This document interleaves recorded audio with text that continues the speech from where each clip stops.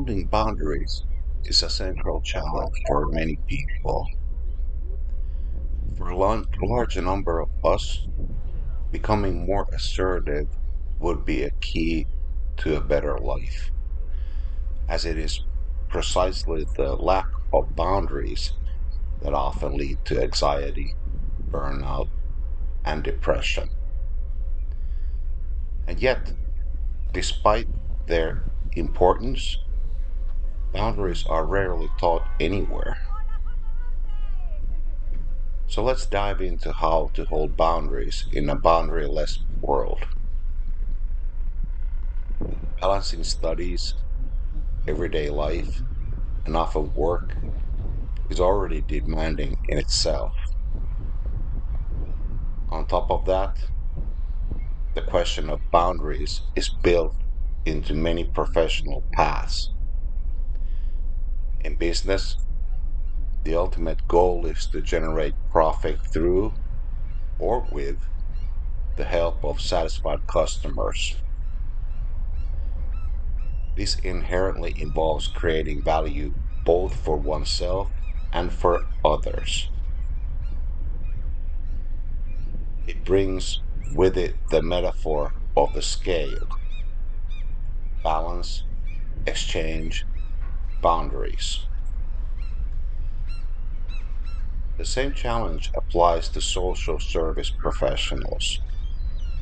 The altruistic calling to help others requires, as a counterbalance, a systemic commitment to self care. This is often particularly difficult for people drawn to helping professionals, as they tend to naturally place others before themselves. Giving and receiving, threat and an opportunity. A professor of psychology, Adam Grant, presents a compelling empirical observation about success in life and the balance between self interest and the interest of others. According to his research, takers, those who pursue their own interest at the expense of others, often develop poor reputation over time, which limits their career progression and narrows their social networks. For most people, they fall somewhere in the middle, operating on reciprocity. They help others if they themselves are helped. But the most interesting group is the givers. Their outcome their outcomes are paradoxical. Givers are overrepresented both among the least successful and the most successful individuals. Those givers who fail to maintain boundaries tend, over time, to burn out. Exhaustion, resentment, and chronic sense of imbalance are far from desirable outcomes.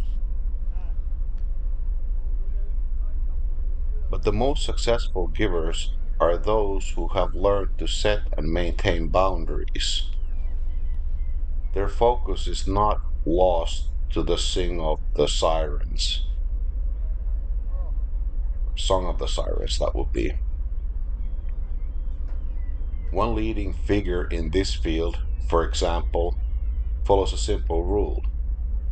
He helps when asked if it can be done in 5 minutes. Boundaries, then, become the dividing line between a metaphorical heaven and hell.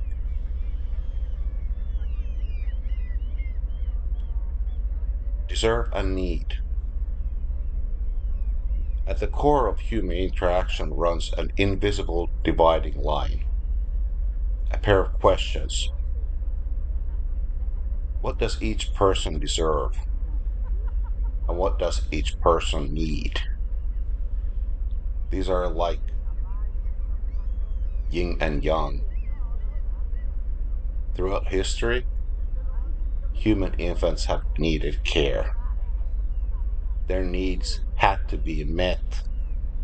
Otherwise, and the lineage would end. At the same time, humans needed protein, which led to hunting. Hunting required cooperation and risk taking. After a successful hunt, the question arose: how should the meat be distributed fairly? Who deserves what? Before preservation methods existed, people eventually realized they could use neighboring tribes almost like a bank. By sharing surplus meat, they could expect reciprocity in future. Give and take, balance of scales. Reciprocity remains one of the most powerful forces in human interaction.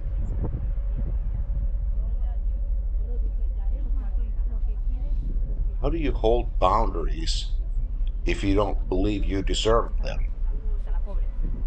Linguists George Lakoff and Mark Johnson argue that deserve belongs to the moral framework of the strict father, while need belongs to the nurturing mother.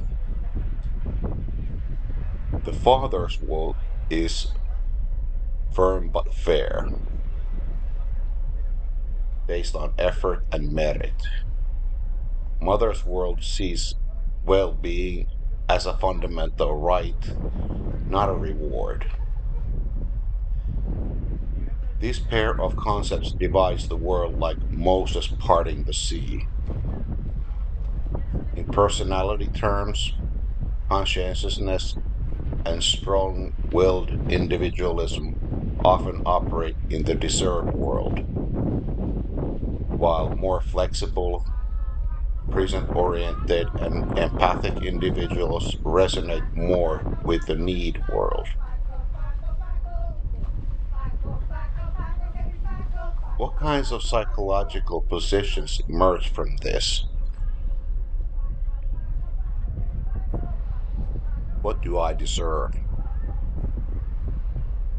Many people who struggle with boundaries seem to lack an internal sense of being rewarded by the strict father. You deserve this. A symbolic moment of recognition, of effort, struggle, and eventual success. If you do not advocate for your own well being, no one else will do it for you. Put bluntly, you cannot outsource this to some cosmic justice system or karmic balance sheet because it is like because it likely doesn't exist. Defending yourself is both your right and your responsibility. No one else is ultimately as invested in your life as you are.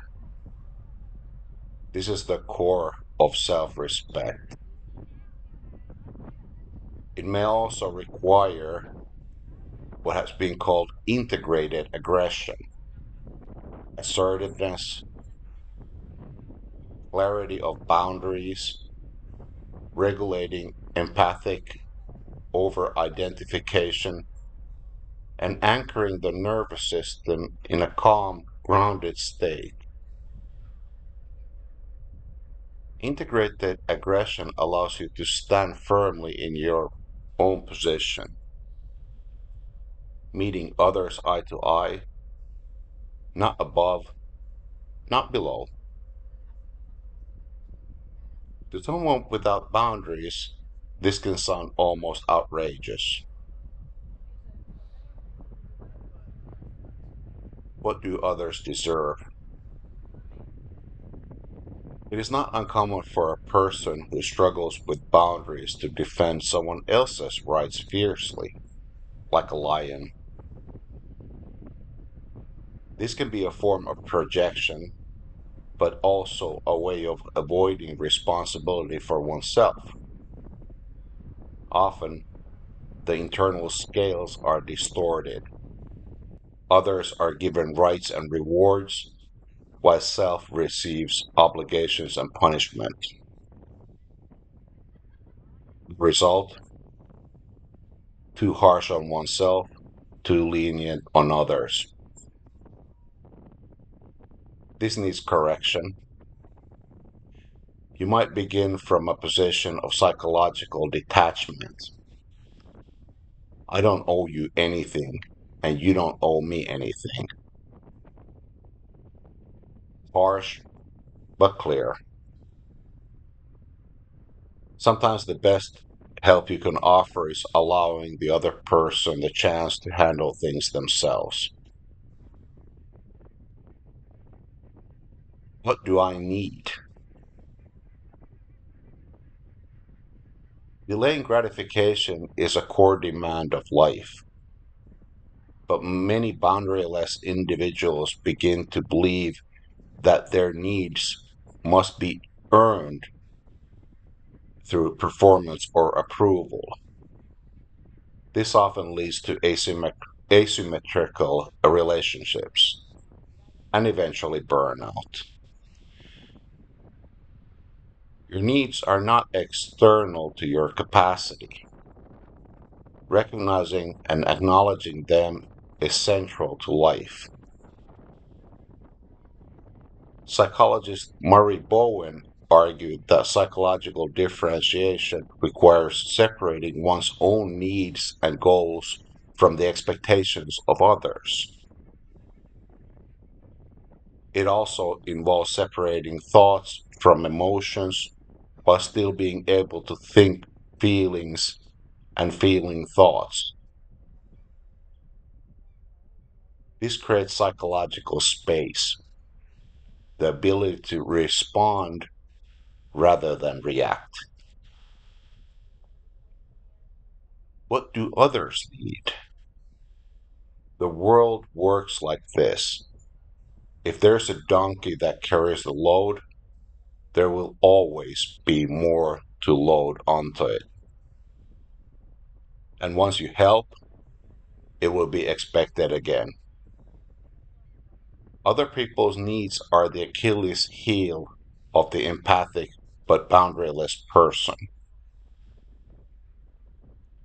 They constantly trigger the internal scale, their needs versus what do I deserve.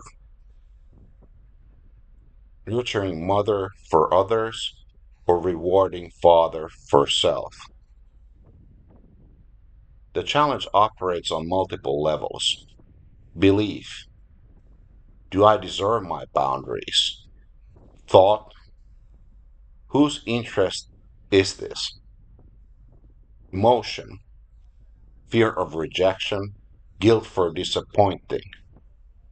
Behavior: can I actually say no? Overemphasizing can detach from reality.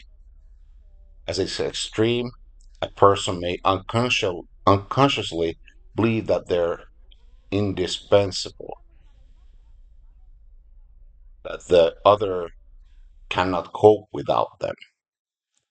This diminishes the other while inflating the self.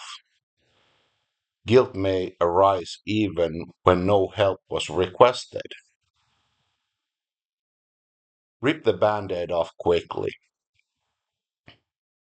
What we say first activates a frame in the listener's mind. This matters. There are three key metaphors in boundary setting: reciprocity, the scales; boundaries, container/wall; connection. Imagine someone invites you out unexpectedly. You don't want to go. Two responses: unfortunately, I can't make it, but I've heard that it's a wonderful place. Boundary first, connection later. It's a wonderful place, but unfortunately, I can't make it. Connection first, rupture then. Same content, very different emotional impact. So, refuse first, repair connection second, not the other way around. Self before other, deserve before need. Clear boundaries actually reduce disappointment and confusion.